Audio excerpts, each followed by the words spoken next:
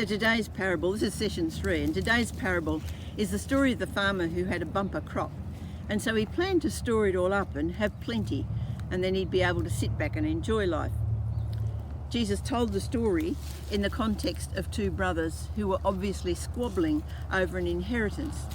And so he's warning about the danger of greed, especially for material things. Now in the story, he has the man store up for the future, only to die before he could use what he'd stored up. So what use was it to him? He couldn't take it with him into eternity. It raises two issues for us.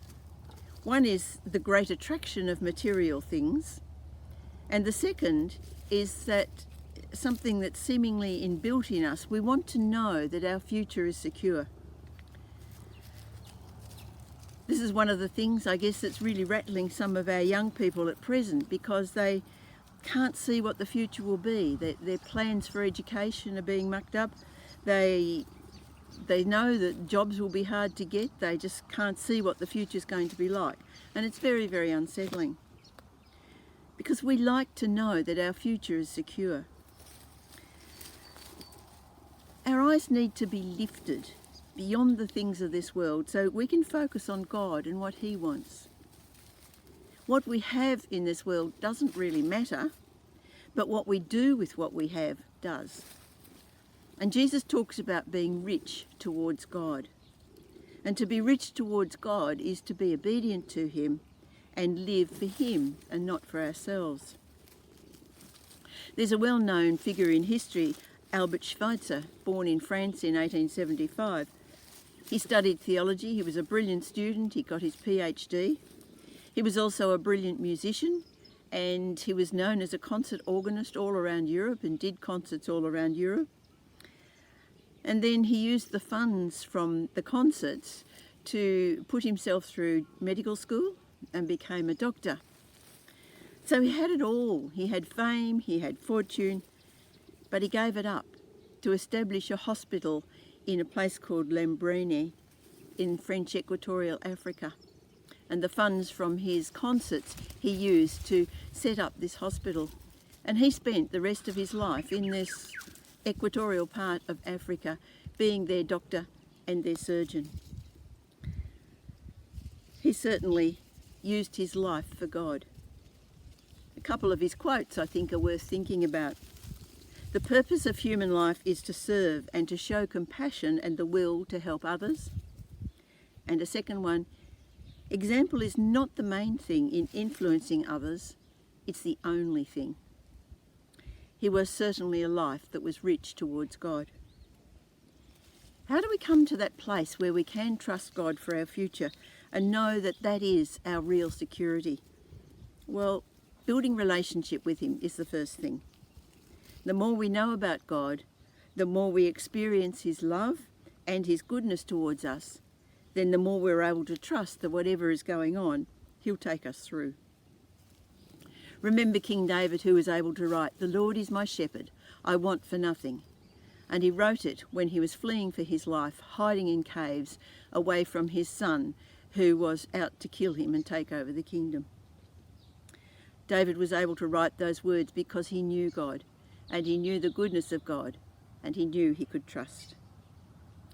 I guess these times of isolation are good times to be developing a closer relationship with God, because that's the only thing that we can take with us when we die.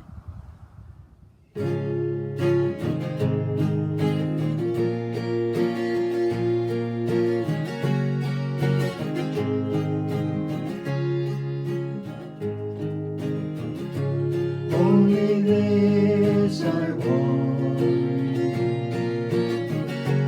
but to know the Lord and to bear His cross, so to wear the crown He wore. Oh, but this is lost. What was refused to me?